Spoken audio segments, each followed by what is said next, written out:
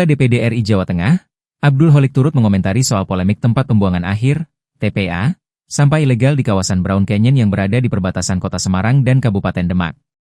Permasalahan ini semakin pelik lantaran kedua pemerintah saling melempar tanggung jawab. Anggota DPD RI Jawa Tengah, Abdul Holik menyayangkan kondisi tersebut dan menilai bahwa persoalan sampah, khususnya di wilayah perbatasan membutuhkan penanganan lintas kabupaten yang lebih serius dan terkoordinasi. Ia mengakui bahwa belum ada kajian mendalam terkait lokasi spesifik TPA ilegal tersebut, namun secara umum menyebut kawasan Semarang dan sekitarnya membutuhkan sistem pengelolaan sampah terpadu yang melibatkan lebih dari satu kabupaten atau kota.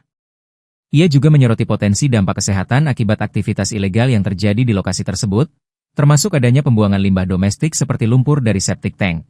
Ya, problem sampah memang problem yang tadi saya sampaikan membutuhkan solusi yang komprehensif.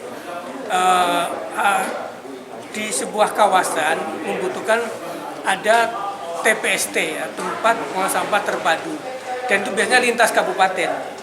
Nah, saya belum melihat secara jelas ini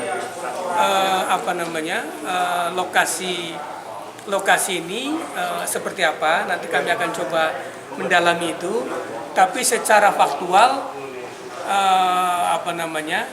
kawasan Semarang dan sekitarnya itu butuh pengelolaan tempat pengelolaan sampah secara terpadu.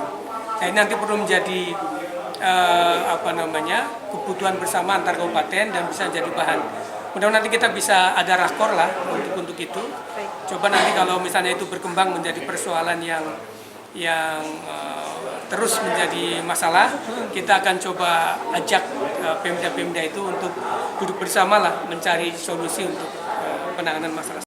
Hafifah Nur Hasanah melaporkan dari Kota Semarang, Jawa Tengah.